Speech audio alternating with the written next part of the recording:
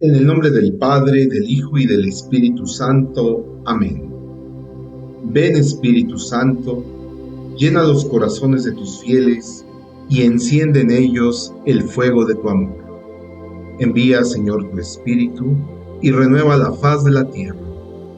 Oh Dios, que has iluminado los corazones de tus fieles con la luz del Espíritu Santo, haznos dóciles a sus inspiraciones para gustar siempre el bien y gozar de su consuelo.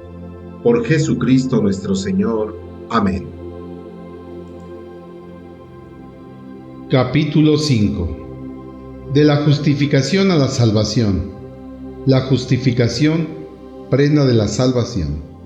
Así pues, una vez que hemos recibido la justificación mediante la fe, estamos en paz con Dios. Y todo gracias a nuestro Señor Jesucristo, por quien hemos obtenido, también mediante la fe, el acceso a esta gracia en la que nos hallamos, y nos gloriamos en la esperanza de participar de la gloria de Dios. Más aún, nos gloriamos hasta en las tribulaciones, sabiendo que la tribulación engendra la paciencia, virtud probada, la virtud probada, esperanza, y la esperanza no falla, porque el amor de Dios ha sido derramado en nuestros corazones por el Espíritu Santo que nos ha sido dado. En efecto, cuando todavía estábamos sin fuerzas en el tiempo señalado, Cristo murió por los impíos, y pensamos que difícilmente habrá alguien que muera por un justo. Tal vez por un hombre de bien se atrevería uno a morir. Así que la prueba de que Dios nos ama es que Cristo, siendo nosotros todavía pecadores, murió por nosotros. Con cuánta más razón ahora, justificados por su sangre, ¿nos pondrá Él a salvo de la ira divina? Si cuando éramos enemigos fuimos reconciliados con Dios por la muerte de su Hijo, con cuánta más razón, estando ya reconciliados, nos salvará mediante su vida. Y no solo eso, pues también nos gloriamos en Dios mediante nuestro Señor Jesucristo, por quien hemos obtenido ahora la reconciliación. Adán y Jesucristo. Por un hombre entró el pecado en el mundo, y por el pecado la muerte. Y así la muerte alcanzó a todos los hombres, puesto que todos pecaron. Ciertamente, hubo pecado en el mundo antes de la llegada de la ley, pero el pecado no puede imputarse cuando no hay ley. Con todo, desde Adán hasta Moisés, reinó la muerte aún sobre aquellos que no cometieron un pecado semejante al de Adán, el cual es figura del que había de venir. Pero con el don no sucede como con el delito. Si por el delito de uno murieron todos, con cuánta más razón se han desbordado sobre todos la gracia de Dios y el don otorgado por la gracia de un hombre, Jesucristo. Además, no sucede con el don de Dios como con las consecuencias del pecado de uno solo, porque el juicio partiendo de un pecado lleva a la condenación, mas la obra de la gracia partiendo de muchos delitos se resuelve en justificación. En efecto, si por el delito de un hombre reinó la muerte, con cuánta más razón los que reciben en abundancia la gracia y el don de la justicia reinarán en la vida por uno, por Jesucristo. Así pues, como el delito de uno atrajo sobre todos los hombres la condenación, así también la obra de justicia de uno procura a todas la justificación que da la vida. En efecto, así como por la desobediencia de un hombre todos fueron constituidos pecadores, así también por la obediencia de uno todos serán constituidos justos. Proposición temática.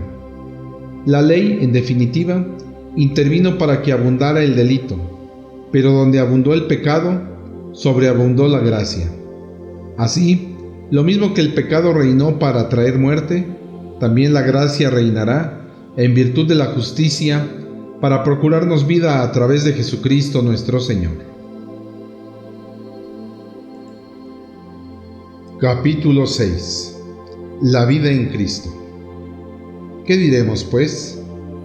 ¿Que debemos permanecer en el pecado para que la gracia se multiplique? De ningún modo. Nosotros ya hemos muerto al pecado. ¿Cómo vamos a seguir entonces viviendo en él? ¿O es que ignoráis que cuantos fuimos bautizados en Cristo Jesús, fuimos incorporados a su muerte? Por medio del bautismo fuimos pues sepultados con él en la muerte, a fin de que, al igual que Cristo resucitó de entre los muertos, mediante la portentosa actuación del Padre, así también nosotros vivamos una vida nueva. Porque si hemos sido injertados en él por una muerte semejante a la suya, también lo estaremos por una resurrección semejante. Sabemos así que nuestro hombre viejo fue crucificado con él, a fin de que fuera destruida nuestra naturaleza transgresora, y dejaremos de ser esclavos del pecado, pues el que está muerto queda libre del pecado. Y si hemos muerto con Cristo, creemos que también viviremos con él, pues sabemos que Cristo, una vez resucitado de entre los muertos, ya no vuelve a morir, y que la muerte carece ya de poder sobre él. Su muerte implicó morir al pecado, de una vez para siempre, mas su vida es un vivir para Dios. En consecuencia, también vosotros debéis consideraros muertos al pecado, y vivos para Dios en Cristo Jesús. Así que no permitáis que el pecado reine en vuestro cuerpo mortal. De ese modo, no acataréis sus deseos, y no convirtáis vuestros miembros en instrumentos de injusticia al servicio del pecado. Ofreceos más bien a Dios como si fueseis muertos que han vuelto a la vida, y vuestros miembros como instrumentos de justicia al servicio de Dios, pues el pecado no volverá a dominaros, ya que no estáis a merced de la ley, sino bajo la gracia de Dios, al servicio de la justicia. Entonces, ¿qué? Si ya no estamos a merced de la ley, sino bajo la gracia, ¿podremos pecar? De ningún modo. ¿No sabéis que si os ofrecéis a alguien para obedecerle, os hacéis esclavos de ese a quien obedecéis?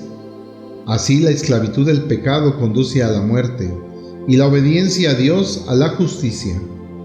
Pero gracias a Dios, vosotros que erais esclavos del pecado, habéis obedecido de corazón al modelo de doctrina que habéis recibido, y liberados del pecado os habéis hecho esclavos de la justicia. Hablo en términos humanos en atención a vuestra flaqueza natural, pues del mismo modo que ofrecisteis vuestros miembros como esclavos a la impureza y a la maldad para obrar el mal, ofrecedlos ahora a la justicia, para una vida de santidad. Verdad es que cuando erais esclavos del pecado, erais libres en lo referente a la justicia. Pero ¿qué frutos cosechasteis entonces de todo aquello que ahora os avergüenza y cuyo fin es la muerte? Pero ahora, libres ya del pecado y esclavos de Dios, dais frutos de santidad, cuyo fin es la vida eterna. El salario del pecado es la muerte, pero el don de Dios es la vida eterna, unidos a Cristo Jesús, Señor nuestro. Capítulo 7. ¿Acaso ignoráis, hermanos, que la ley solo obliga al hombre mientras éste vive? Hablo a quienes entienden de leyes. Así, la mujer casada está sujeta por ley a su marido mientras éste vive, mas una vez muerto el marido, se ve libre de la ley del marido. Por eso, mientras vive el marido, será considerada adúltera si se une a otro hombre. Pero cuando muere el marido, queda libre de la ley, de forma que no es adúltera si se une a otro. Así pues, hermanos míos, también vosotros quedasteis muertos respecto de la ley al incorporaros al cuerpo de Cristo, pues pasasteis a pertenecer a otro, a aquel que resucitó de entre los muertos, para que diéramos frutos que nos conducen a Dios. Porque cuando nos dejábamos guiar por la carne, las tendencias pecaminosas, excitadas por la ley, actuaban en nuestro cuerpo para que produjéramos frutos que conducen a la muerte. Ahora, sin embargo, hemos quedado emancipados de la ley, muertos a todo lo que nos tenía aprisionados, de modo que podamos servir según un espíritu nuevo, no según un código anticuado. El hombre pecador fuera de Cristo. Función de la ley en el pasado. Entonces, ¿qué podemos decir? ¿Que la ley es pecado? De ningún modo. Sin embargo, yo no habría conocido el pecado si no hubiera sido por la ley. Seguro que yo habría ignorado qué es la concupiscencia si la ley no dijera: no te des a la concupiscencia. Mas el pecado, aprovechándose del precepto, suscitó en mí toda suerte de concupiscencias, pues sin ley el pecado estaba muerto. Hubo un tiempo en que viví sin ley, pero en cuanto apareció el precepto, cobró vida el pecado, y yo acabé muriendo. Y resultó que el precepto, destinado para dar vida, me causó muerte, porque el pecado, aprovechándose del precepto, me sedujo, y por él me dio muerte. Así la ley en sí misma es santa, y santo el precepto, y justo y bueno. Entonces, ¿se ha convertido lo bueno en muerte para mí? De ningún modo. Es que el pecado, para aparecer como tal, se sirvió de una cosa buena para procurarme la muerte, es decir, que el pecado ejerció todo su poder de pecado valiéndose del precepto. Importancia actual de la ley. Sabemos en efecto que la ley es espiritual, mas yo soy de carne, vendido al poder del pecado. Realmente no comprendo mi proceder, pues no hago lo que quiero, sino lo que aborrezco. Y si hago lo que no quiero, debo reconocer que la ley es buena, pero en realidad no soy yo quien obra, sino el pecado que habita en mí. Pues bien sé yo que nada bueno hay en mí, es decir, en mi carne. En efecto, querer el bien lo tengo a mi alcance, mas no el realizarlo, puesto que no hago el bien que quiero, sino que obro el mal que no quiero. Y si hago lo que no quiero, no soy yo quien actúa, sino el pecado que habita en mí. Descubro pues esta ley, que aunque quiera hacer el bien, es el mal el que me sale al encuentro. Por una parte, me complazco en la ley de Dios, como es propio del hombre interior, pero a la vez advierto otra ley en mi cuerpo que lucha contra la ley de mi razón y me esclaviza a la ley del pecado que está en mi cuerpo. Pobre de mí, ¿quién me librará de este cuerpo que me lleva a la muerte? Gracias sean dadas a Dios por Jesucristo nuestro Señor. Así pues, soy yo mismo quien con la razón sirvo a la ley de Dios y con la carne a la ley del pecado.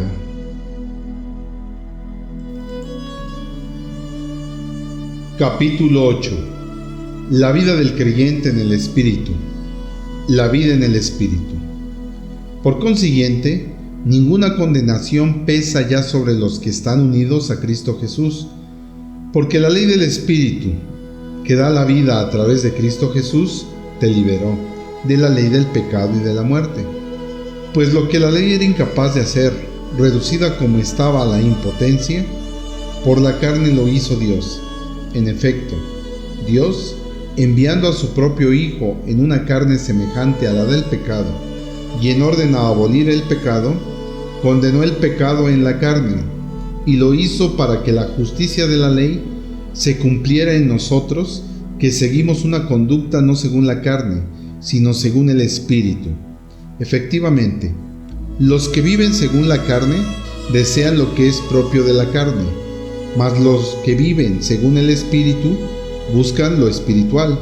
Ahora bien, las tendencias de la carne desembocan en la muerte, mas las del Espíritu conducen a la vida y la paz, ya que las tendencias de la carne llevan al odio de Dios, no se someten a la ley de Dios, ni siquiera pueden. Así que los que viven según la carne no pueden agradar a Dios. Mas vosotros no vivís según la carne, sino según el Espíritu, ya que el Espíritu de Dios habita en vosotros. El que no tiene el Espíritu de Cristo no le pertenece. Mas si Cristo está en vosotros, aunque el cuerpo esté ya muerto a causa del pecado, el Espíritu es vida a causa de la justicia que habéis recibido. Y si el Espíritu de aquel que resucitó a Jesús de entre los muertos habita en vosotros, aquel que resucitó a Cristo de entre los muertos dará también la vida a vuestros cuerpos mortales por su Espíritu que habita en vosotros. Así que, hermanos míos, no somos deudores de la carne para vivir según la carne, pues si vivís según la carne, moriréis. Pero si con el Espíritu hacéis morir las obras del cuerpo, viviréis. Hijos de Dios gracias al Espíritu. En efecto, todos los que se dejan guiar por el Espíritu de Dios son hijos de Dios. Y vosotros no habéis recibido un espíritu de esclavos para recaer en el temor. Antes bien, habéis recibido un espíritu de hijo adoptivo que nos hace exclamar: Abba, Padre. El Espíritu mismo se une a nuestro espíritu para dar testimonio de que somos hijos de Dios. Y si somos hijos, también somos herederos, herederos de Dios y coherederos de Cristo, si compartimos sus sufrimientos para ser también con Él glorificados. Destinados a la gloria. Soy consciente de que los sufrimientos del tiempo presente no se pueden comparar con la gloria que se nos ha de manifestar en nosotros. Incluso la creación espera ansiosa y desea vivamente el momento en que se revele nuestra condición de hijos de Dios. La creación, en efecto, fue sometida a la caducidad, no espontáneamente, sino por voluntad de aquel que la sometió, pero latía en ella la esperanza de verse liberada de la esclavitud, de la corrupción, para participar en la gloriosa libertad de los hijos de Dios, pues sabemos que la creación entera viene gimiendo hasta el presente y sufriendo dolores de parto, pero no solo ella, también nosotros mismos, que poseemos las primicias del Espíritu, gemimos en nuestro interior anhelando la liberación de nuestro cuerpo, porque nuestra salvación está relacionada con la esperanza.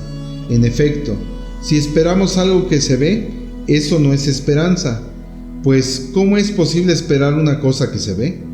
Pero si esperamos lo que no vemos, hemos de aguardar con paciencia. De igual manera, el Espíritu viene también en ayuda de nuestra flaqueza. Como nosotros no sabemos pedir como conviene, el Espíritu mismo intercede por nosotros con gemidos indescriptibles, y el que examina el interior de las personas ya sabe lo que anhela el Espíritu, y que cuando intercede en favor de los santos, lo hace conforme a la voluntad de Dios. El plan de la salvación. Por lo demás, sabemos que en todas las cosas interviene Dios, para bien de los que le aman, de aquellos que han sido llamados según su designio. Pues Dios predestinó a reproducir la imagen de su Hijo a los que conoció de antemano, para que así fuera su Hijo el primogénito entre muchos hermanos.